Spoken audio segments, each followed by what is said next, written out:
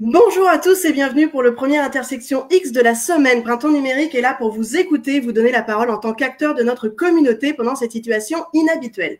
Alors que 59,3% des jeunes pousses identifient des occasions d'affaires en lien avec la crise actuelle et que 30% prévoient des embauches dans les prochains mois, les entreprises font face à de nombreux défis pour s'en sortir. Pour faire face à cette épreuve, les entrepreneurs ne sont pas seuls. En effet, cette semaine Intersection X aborde le sujet du rôle des incubateurs et organismes de soutien pendant le Covid-19. Au programme analyse, conseils et exemples pour mieux vous en sortir comme entrepreneur. Pour démarrer la semaine, j'ai le plaisir d'accueillir Patrick Gagné de Bonjour Startup Montréal et Osmo. À la croisée des technologies numériques et des affaires, Patrick est un passionné de l'innovation. Il a cofondé Bonjour Startup Montréal et la fondation Osmo. Créateur d'écosystèmes et de communautés, il est aussi un multi-entrepreneur aguerri, connu notamment comme cofondateur de Théo Taxi et saura nous livrer ses conseils et ses avis sur la situation que nous traversons. Bonjour Patrick, comment vas-tu aujourd'hui?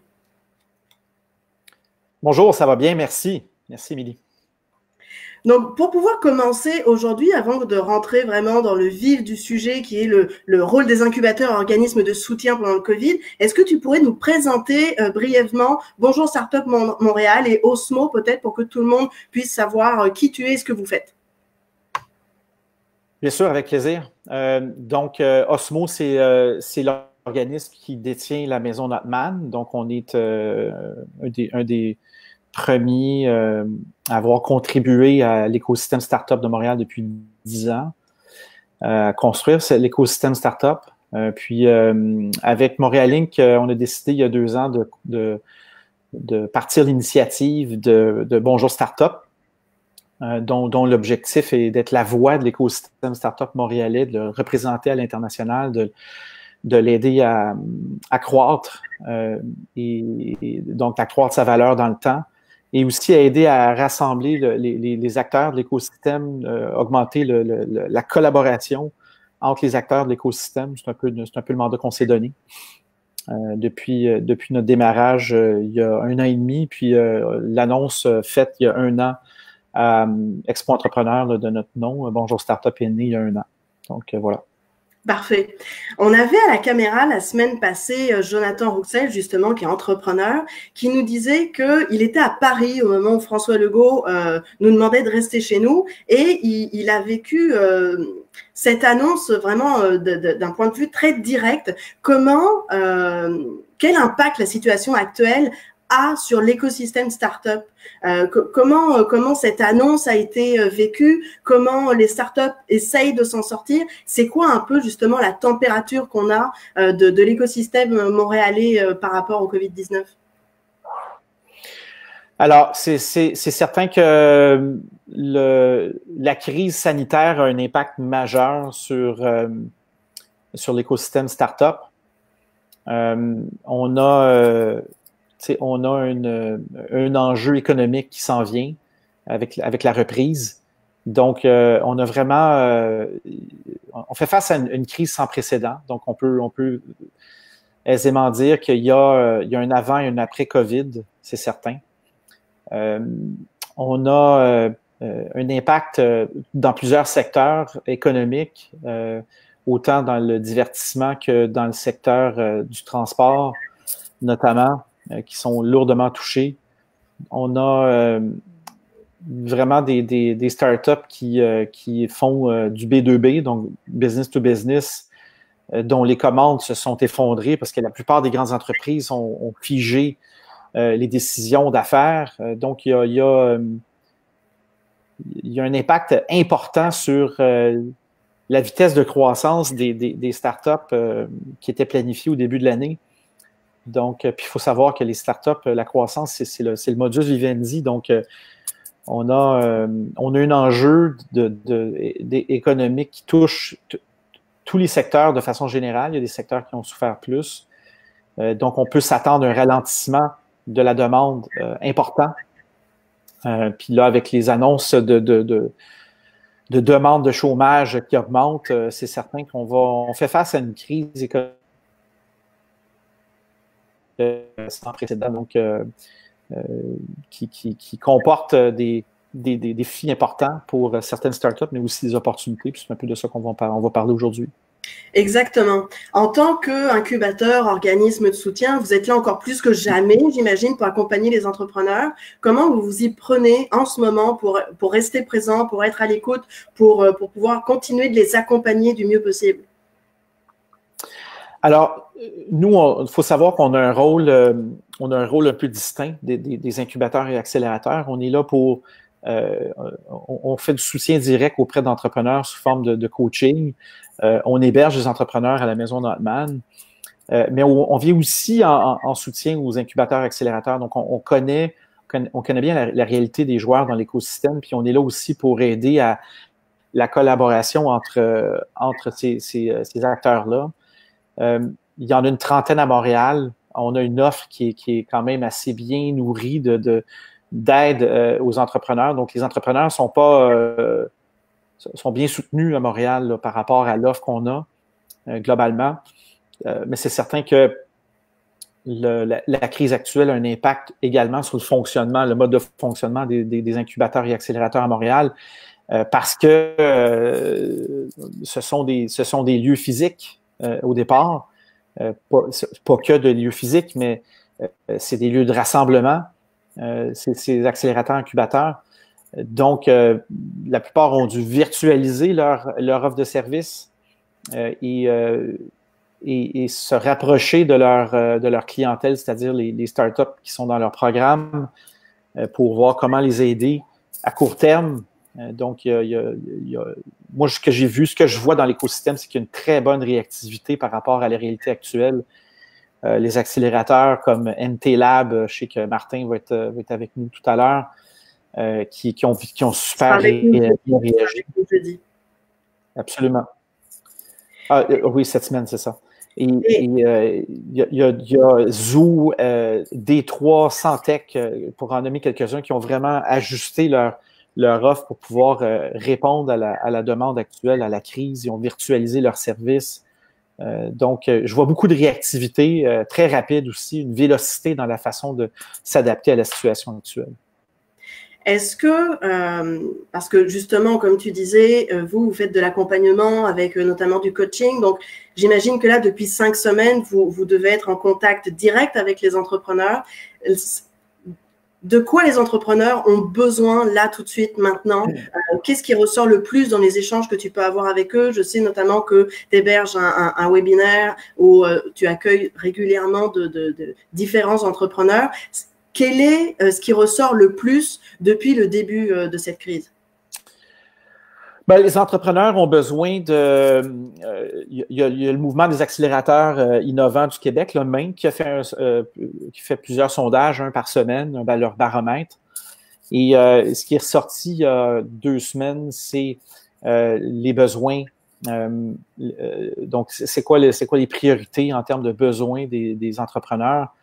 Il y a Bonjour Startup aussi qui a recensé les besoins dans l'écosystème des entrepreneurs. Et ce qu'on voit, c'est que, il y a le besoin en liquidité qui est le premier, qui est la priorité à l'heure actuelle, parce qu'il y a une crise de liquidité reliée à la baisse, la chute de demande dans la grande majorité des startups. Il y a un besoin en accompagnement également pour la gestion du cash flow, la gestion budgétaire en temps de crise. Il y a un besoin en accompagnement santé mentale aussi, parce que ça a quand même un impact majeur. Les entrepreneurs sont très résilients, mais là, ce qu'on est en train de vivre, c'est vraiment sans précédent. Donc, souvent, ces entrepreneurs ont besoin d'accompagnement psychologique également, peut-être pas sous forme de psychothérapie, là, mais plus d'écoute, de conseils, quoi faire en temps de crise. Puis, pour n'avoir vécu une ou deux de mon côté, comme entrepreneur, c'est certain qu'il y a des réflexes qu'on doit mettre en place rapidement pour contrer la crise. Est-ce que tu peux nous en dire plus justement sur ces réflexes à avoir pour contrer une crise quand on la voit arriver, quand on est en plein dedans? Absolument. Une des premières choses sur laquelle on doit se pencher comme entrepreneur, c'est l'intérêt. Il faut se pencher sur le moral de l'équipe. impliquer ses employés dans les décisions qu'on prend, travailler avec l'équipe pour bâtir un moral durable dans le temps. Donc, transparence. Transparence sur ce qui se passe, sur les chiffres, sur l'avenir immédiat de l'entreprise. Donc, impliquer ses employés, je pense que c'est une des choses fondamentales sur laquelle il faut insister pour justement contrer la crise et bâtir le moral de l'équipe. C'est fondamental. Ça, c'est une des premières choses sur lesquelles il faut se pencher, c'est son équipe. La deuxième, c'est pas dans l'ordre d'importance là au final, mais je pense que dans l'ordre, les employés, c'est la première chose. Les clients, donc se rapprocher des clients, voir c'est quoi leurs besoins, comment est-ce qu'on peut les desservir autrement. Il y a des opportunités de pivot qu'on peut faire sur notre modèle d'affaires en se rapprochant de nos clients et en établissant un dialogue régulier avec eux, même si eux aussi traversent une crise. Je pense que c'est capital qu'on se penche sur cette question avec les clients et ensuite nos investisseurs. Comment aller chercher leur soutien dans cette crise-là. Et c'est là que tu vois si tu t'es entouré de bons d'investisseurs qui sont là pour t'appuyer dans une crise, qui ont la capacité de rallier d'autres investisseurs en temps de crise pour te fournir un financement relais. C'est une des premières choses. Moi, c'est un des premiers réflexes que j'aurais, c'est de voir avec mes investisseurs actuels s'il n'y a pas des véhicules financiers auxquels on peut avoir accès, comme une debenture, une note convertible, soit de la quasi-équité. Je pense que ça, c'est les 3 premiers moves que je ferais, donc employés, clients, investisseurs. C'est certain que il faut regarder son cash flow. Donc, la gestion des dépenses, c'est un autre sujet important dans une crise. Les startups qui ont attaqué ce problème-là de front ont plus de chances de survivre la crise. Donc, réduire les dépenses le plus possible, au minimum viable. Puis veiller à protéger les liquidités le plus longtemps possible. Donc, gagner un runway le plus long possible, c'est-à-dire une période durant laquelle on a des liquidités suffisantes pour opérer. Ça, je pense que c'est une priorité absolue de tout entrepreneur dans une crise. C'est vraiment de s'assurer d'avoir un cash flow qui puisse tenir la route 9, 12, 18 mois si possible, sans avoir recours à de l'investissement additionnel qui serait dilutif et qui ne serait pas opportun à ce moment-ci. Donc, parler aux bailleurs de fonds, en regardant les dépenses, c'est là que tu vois, est-ce que je peux reporter du remboursement de capital? Est-ce que je peux reporter du remboursement de frais d'intérêt? Donc, tous les reports qu'on peut gagner, ce sont des gains pour avoir une période plus longue de runway qui permet d'assurer la survie de l'entreprise. Pour moi, ce sont des étapes absolument cruciales.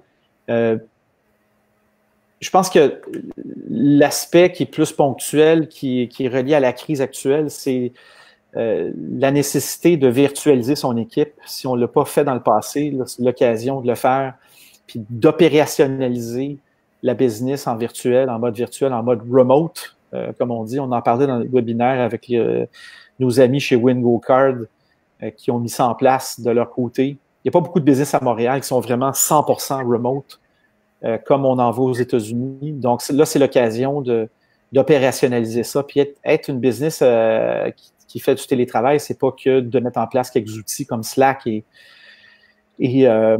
Zoom et Google Hangout, c'est de mettre en place ces processus aussi. Donc, il y a une culture aussi du remote à mettre en place. Absolument, une culture de remote. Ça en place, parce qu'il y a des entreprises, comme tu le dis, aux États-Unis et même ici, qui ont cette culture déjà avant la crise, mais on a des entreprises qui, même encore aujourd'hui, sont face à cette situation, veulent passer en virtuel, justement, avec leur équipe à distance, etc. Mais comment on arrive à inculquer cette culture-là quand on n'est pas issu de cette culture? Oui, puis ben, c'est ça. Il faut aller chercher les exemples, des exemples existants de business qui l'ont fait, qui l'ont implanté, cette culture. Puis il y a des changements à opérer au niveau culturel qui sont fondamentaux, notamment la question de la culture écrite. Une business qui est virtuelle, qui est remote, va se trouver à documenter davantage les processus, davantage les meetings, davantage les décisions. Il y a beaucoup plus de documentation qui est partagée, qui est transparente, mais ça, c'est une des différences fondamentales, c'est la culture de la documentation. On a tendance à être plus dans l'informel quand on est in situ, quand on est une business traditionnelle, versus des business qui sont remote, où là, on documente davantage les meetings, les rencontres, parce que justement, on a besoin d'avoir cette transparence, donc on a besoin d'avoir de la donnée. Puis la donnée, ben, elle provient des notes de meeting. C'est aussi simple que ça. Ça, c'en est un exemple. Je peux vous en donner tout un chapelet. Un autre exemple, c'est la culture des meetings en soi. Tendance traditionnelle à créer des meetings d'1 heure, à inviter un paquet de monde. Ça aussi, c'est au niveau culturel, il y a un changement à opérer. Le choix des bonnes ressources pendant les meetings. Les bonnes ressources, la durée des meetings. Pourquoi des meetings d'1 heure? Parce que par défaut, quand tu rentres un meeting dans Microsoft ou dans Google Calendar, ben là, tu vas avoir ta plage d'1 heure, mais peut-être tu as besoin de 15 minutes pour cette rencontre-là, puis tu as besoin de 2 personnes. Toute rencontre en haut de 3-4 personnes, dans les business remote, tu vois pas beaucoup ça. C'est très rare. Donc, c'est des unités décentralisées. Donc, cette culture de la décentralisation et de la documentation sont fondamentales pour opérationnaliser une business remote. Mais ça prend tout un changement à la tête, à la direction de ces entreprises. Dans le domaine des startups, je ne pense pas qu'il y ait d'enjeu. Parce que la plupart des fondateurs sont déjà là. Ce changement à opérer, il n'est pas si énorme que ça. Donc, les startups pourraient être un exemple pour des entreprises plus longuement établies et plus grosses pour ce principe-là. J'aimerais revenir sur un point. Tu disais dans ma question précédente que c'est sûr que la partie financière, cash flow, gestion des actifs est quelque chose de primordial, d'autant plus pour les startups. On voit de nombreuses initiatives de financement, autant gouvernementales que privées, pour pallier à la situation. Est-ce que le fait d'avoir accès à du financement de ce type supplémentaire, avec tout ce qui engage d'un point de vue intérêt, remboursement, etc., de la dette, est-ce que c'est une bonne option ou est-ce que, selon toi, il y aurait des initiatives qui pourraient être plus intéressantes, de meilleures initiatives à mettre en place ou qui existent déjà que ces solutions de financement-là? Bien, là, actuellement, on est dans l'urgence. La donnée qui m'a saisi il y a 2 semaines, qui est sortie du sondage de Main, donc indiquait que 60% des startups avaient 3 mois et moins de runway. Donc, on est dans l'urgence, là. Et je pense que ce qui prime, c'est les mesures qui peuvent s'implanter rapidement dans le temps. Il y en a qui sont plus structurantes, mais qui peuvent prendre plus de temps. Donc, il y a 3 types d'accès aux liquidités. Le premier, c'est la liquidité bancaire. Et c'est la plus rapide. Les banques ont beaucoup, beaucoup d'argent, de liquidité à déployer. Donc, quels sont les moyens qui permettent aux startups d'accéder à ces liquidités bancaires le plus rapidement possible? Sous forme de caution gouvernementale qui couvre 100% du prêt, comme en Allemagne, sont une mesure intéressante. C'est certain qu'il faut laisser tomber le critère de rentabilité pour l'accès à ces prêts. Donc, ça, c'est sous forme de prêt.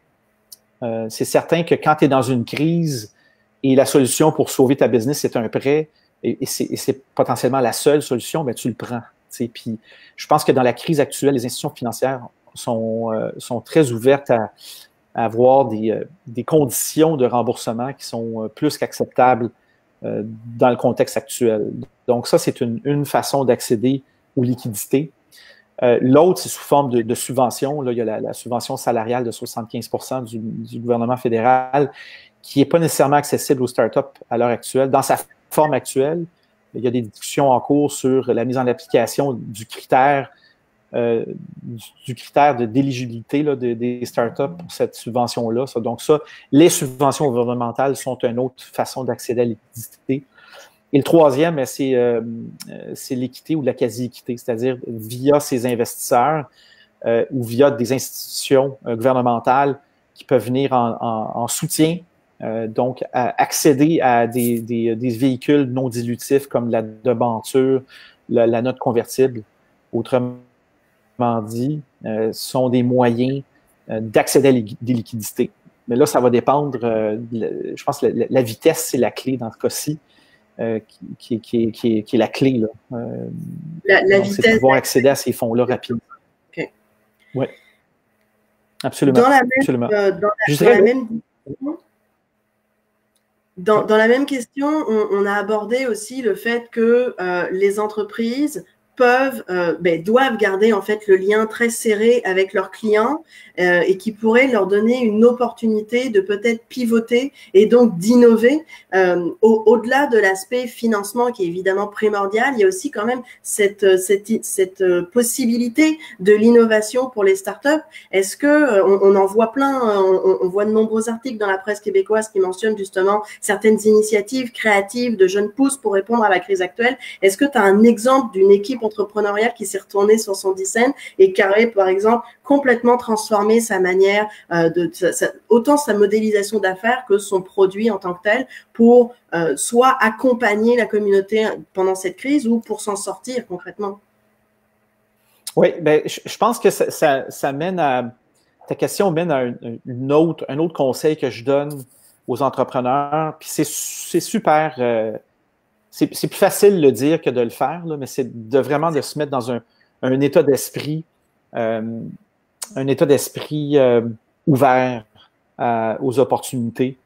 Donc, d'être dans cette disponibilité aux opportunités qui est pas évidente quand il y a une crise. Mais les crises sont souvent un terreau fertile pour des nouvelles idées et des opportunités incroyables. Puis on va en vivre, là. On va en vivre beaucoup. Faut juste être ouvert d'esprit, assez clairvoyant pour les voir passer. Il y a des business qui ont déjà saisi ces occasions-là. À l'heure actuelle, là, des startups à Montréal qui ont été capables de saisir les occasions. Faut savoir qu'il y a des business qui vont carrément entrer en mode d'hibernation, c'est-à-dire qu'ils ont assez de cash, ils ont un runway assez long pour pouvoir opérer de façon minimum viable, transformer les processus à l'interne, prendre le temps de faire des choses de base fondamentale qu'ils n'avaient pas le temps de faire dans une période de croissance.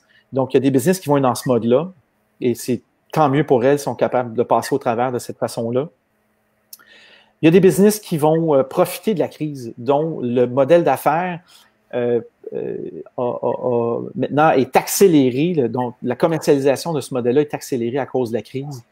Il y en a plusieurs. Cookit en est un très bon exemple. J'accueille d'ailleurs Judith Fetzer, la cofondatrice de Cookit, vendredi dans notre webinaire.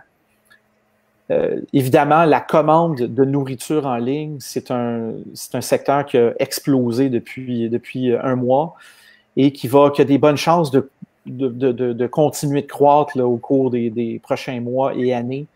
Parce que là, on va réaliser que ça marche bien, puis que c'est assez pratique comme solution. Donc, son modèle à elle, qui existait déjà, est en croissance parce que là, on a un changement de mœurs important.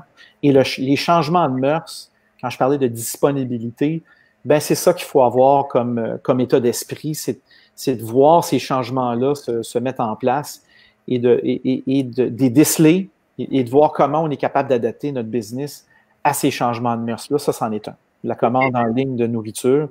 Il y a d'autres business qui vont devoir changer leur modèle d'affaires, faire des changements, soit changer de clientèle avec le même produit ou ajuster leur produit à une clientèle, à une même clientèle parce que les mœurs sont changées. En passant de B2B à B2C, par exemple? Donc en désintermédiant leur modèle ou carrément en changeant de clientèle. Connect & Go en est un bon exemple. Dominique Gagnon, son fondateur, j'ai eu une jasette avec lui dans un webinaire la semaine dernière, mercredi dernier, sur l'adaptation qu'ils ont faite. Donc, c'est des bracelets qui connectent avec un système en ligne qui permet d'interagir avec une foule dans un événement là, donc sportif ou artistique. Ils étaient en croissance, une croissance assez importante cette année. Ils avaient même prévu, j'imagine, d'être fournisseurs pour Tokyo 2000. Tokyo. Oui, c'est ça. Donc c'était leur grosse année cette année. Ouais. Et on peut imaginer que cette croissance-là n'aura pas lieu. Là. On peut imaginer facilement pourquoi elle n'aura pas lieu et pourquoi le domaine événementiel va mettre du temps à se remettre sur pied. Donc, lui a décidé de faire un pivot sur son modèle et de l'adapter au domaine médical. Donc, ça, c'est un bon exemple d'une capacité d'adaptation rapide. Puis ça, on parle d'un pivot qui s'effectue sur quelques semaines seulement. C'est extrêmement rapide, là. Donc, c'est d'analyser ce qu'on a déjà, ce qu'on est en mesure de faire avec les fournitures, le matériel qu'on a déjà, sans avoir besoin de s'adresser à de nouveaux fournisseurs ou autres qui, eux aussi, peuvent être en difficulté, et voir comment on peut justement se revirer de bord et s'adresser à une nouvelle clientèle. Okay. Avec le même produit. Mais c'est certain que dans son cas, il y a quand même des adaptations parce que le processus de vente n'est pas le même. On ne s'adresse pas à la même clientèle, donc il y a quand même une adaptation à faire, mais c'est plus léger comme adaptation que d'avoir à transformer son produit, sa technologie, c'est plus rapide aussi surtout. Donc on fait un pivot sur le segment de clientèle et non pas sur le produit en soi. Il y en a d'autres qui ont adapté un produit existant en faisant quelques changements technologiques. Mais c'est certain que dans un intervalle de temps aussi rapide, là, on peut pas se permettre de repartir un chantier en R&D, transformer notre produit d'un jour à l'autre. Donc, c'est certain que le pivot sur le segment de clientèle est celui qui est probablement le plus propice. Souvent, on voit des pivots aussi sous des segments géographiques. On vendait au Canada, là, on va vendre en Chine. Pas sûr que ça va se produire dans le contexte actuel. Donc, moi, c'est ce que j'ai vu jusqu'à date. Et c'est cette capacité de rebondir rapidement et d'identifier les opportunités, cet état d'esprit dans lequel il faut être qui est la clé, à mon avis. Ça m'amène à une question. Tu disais au tout début justement que Bonjour Startup avait été imaginé pour pouvoir positionner Montréal d'un point de vue international en tant qu'écosystème de start-up, d'innovation, de créativité entrepreneuriale. Comment justement on va rester à l'image de Montréal aussi créatif et à l'avant-garde, mais peut-être avec un bémol d'un point de vue expansion internationale. On avait l'habitude de voir assez rapidement pour certaines startups et entreprises cette expansion internationale-là. Comment tu ressens ça pour la suite, pour l'avenir, avec ce qu'on vit en ce moment? Moi, je pense que l'écosystème startup de Montréal a tout à gagner à développer des connexions à l'international. On va juste le faire différemment. Donc, moi, je suis convaincu que là, il y a un repli. On vit un phénomène de repli comme dans tous les pays. Mais comme je suis membre, moi, du comité aviseur de Startup Genome, qui est un organisme là, qui recense et qui mesure la performance des écosystèmes startup à travers le monde, j'étais sur un appel la semaine dernière. On a la capacité de voir ce qui se passe ailleurs, c'est quoi les pratiques exemplaires qui se mettent en place. On a besoin d'être connecté avec l'international plus que jamais pour pouvoir bénéficier des innovations qui se mettent en place dans ces autres zones géographiques. Nos entrepreneurs ont besoin d'être connectés avec ces écosystèmes pour comprendre ce qui se fait ailleurs, ce qui se fait de mieux ailleurs, puis comment s'adapter.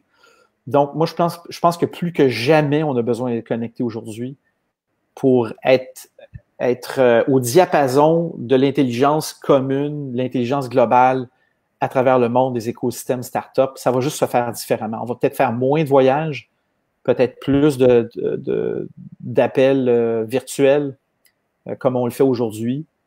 Je pense que ce sont les moyens qui vont changer, mais la finalité est la même. Nous avons absolument besoin de nous connecter à l'international si on veut que notre écosystème fleurisse et devienne un des tops mondiaux. Ok. J'ai l'habitude de finir en général mes entrevues toujours sur une note peut-être un peu plus positive. Donc, j'aurais une dernière question pour toi. Selon toi, Patrick Gagné, de quoi sera fait demain, même si tu as commencé déjà à y répondre un peu avec cet aspect international, mais quels sont tes ressentis pour l'avenir et le post-Covid-19? Ben, je pense que les entrepreneurs sont probablement les mieux placés pour parler d'adaptation, de capacité d'adaptation. Je pense que la crise du COVID nous met dans une situation où on a à la fois des réflexions long terme qui sont enclenchées et on est dans le court terme, on est dans l'immédiat, on est dans l'urgence, mais ces réflexions long terme vont être profondes, ils vont influencer le cours de l'évolution de l'économie, des secteurs économiques, notamment l'alimentation, le transport, la santé, l'éducation. Ça, c'est ceux qui me viennent à l'esprit. Il y en a sûrement d'autres où il va y avoir des changements profonds et qui vont être un terreau fertile pour de l'innovation. Tu sais, on a fallu attendre que la crise du COVID arrive pour que les médecins réalisent que la télémédecine fonctionne. Et là, moi, je pense que ça, c'est un aspect très positif de la crise. Souvent, les crises passées ont été des terreaux fertiles pour l'innovation sociale également. Donc, moi, je vois ça également c'est en sortant de la crise, on a des innovations profondes qui vont se mettre en place et qui sont mises en branle depuis quelques semaines, notamment reliées au télétravail et à notre capacité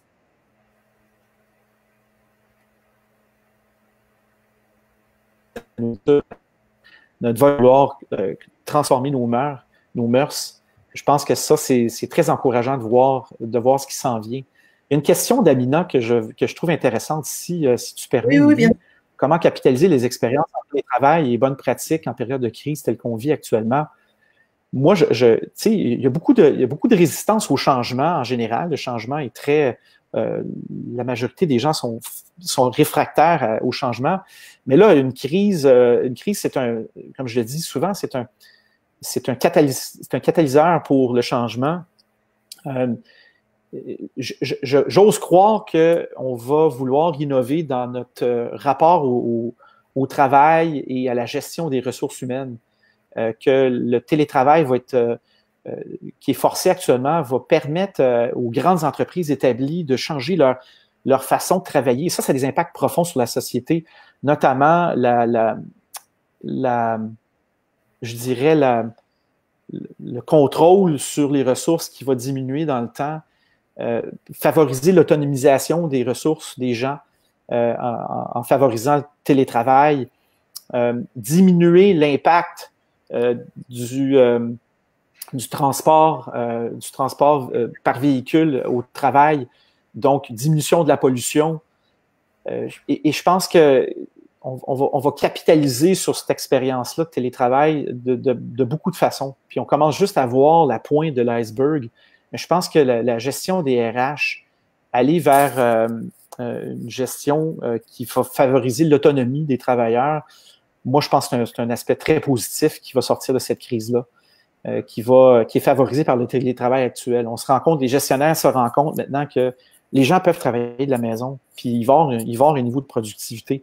D'ailleurs, les business qui sont remote ont démontré qu'ils ont un taux de productivité supérieur aux business qui sont in situ, donc les business traditionnels, parce que les gens se déplacent moins. Et d'engagement, d'ailleurs, de leurs employés. Les gens se déplacent moins, donc il y a dans la majorité des cas 1 heure, 1 heure et demie, voire 2 heures de déplacement qui est épargné et qui vient au profit de quoi? Ben, de la productivité et aussi de la santé mentale des gens qui travaillent. plus de temps pour s'entraîner, plus de temps pour se faire à manger, plus de temps pour s'occuper des enfants. Donc, je pense qu'on va devoir capitaliser sur cette expérience-là du télétravail. Je trouve que c'est une super bonne question.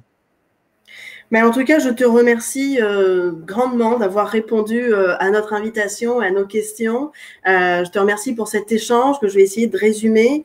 C'est sûr qu'il va y avoir un impact primordial sur les secteurs notamment du divertissement, du transport, mais qui va nous amener quand même vers des innovations qui vont devoir se produire dans ces secteurs-là, qui ont été touchés et où on va avoir justement une transformation de nos mœurs qui vont amener à des nouvelles possibilités, à des nouveaux produits, des nouvelles manières de penser. Quelques conseils un peu comme ça en rafale, mettre le moral de notre équipe en premier pour qu'on puisse rester à être unis et à avancer, rester très liés à nos clients le plus possible pour voir de quelle manière on peut les aider. Faire attention évidemment à la gestion du cash flow, surtout en tant que start-up, c'est quelque chose de primordial. Mais il faut quand même rester ouvert sur l'international, même si en ce moment on a évidemment cette difficulté-là qui est devant nous, le faire d'une manière différente et quand même penser à ce côté international qui va s'en venir après. Je te remercie encore beaucoup, Patrick, pour ce partage. Intersection X, je t'en prie. Intersection X n'est pas fini. Printemps numérique reste là pour vous écouter et pour vous donner la parole en tant qu'acteur de notre communauté pendant cette situation inhabituelle. Nous reviendrons jeudi pour continuer la thématique de la semaine sur le rôle des incubateurs et des organismes de soutien pendant le Covid-19 au programme analyse, conseil, exemple pour mieux vous en sortir comme entrepreneur. Je vous donne donc rendez-vous jeudi prochain à 15h. Nous aurons le plaisir d'accueillir Martin Lessard, directeur général du MT Lab, le premier incubateur d'innovation en tourisme, culture et divertissement en Amérique du Nord. D'ici là, n'hésitez pas à nous écrire pour nous poser vos questions, avis ou suggestions. Faites attention à vous, profitez du soleil quand il y en a, c'est très important pour le moral. Merci encore Patrick. Je vous dis à tous à très bientôt. Bye bye. Au revoir.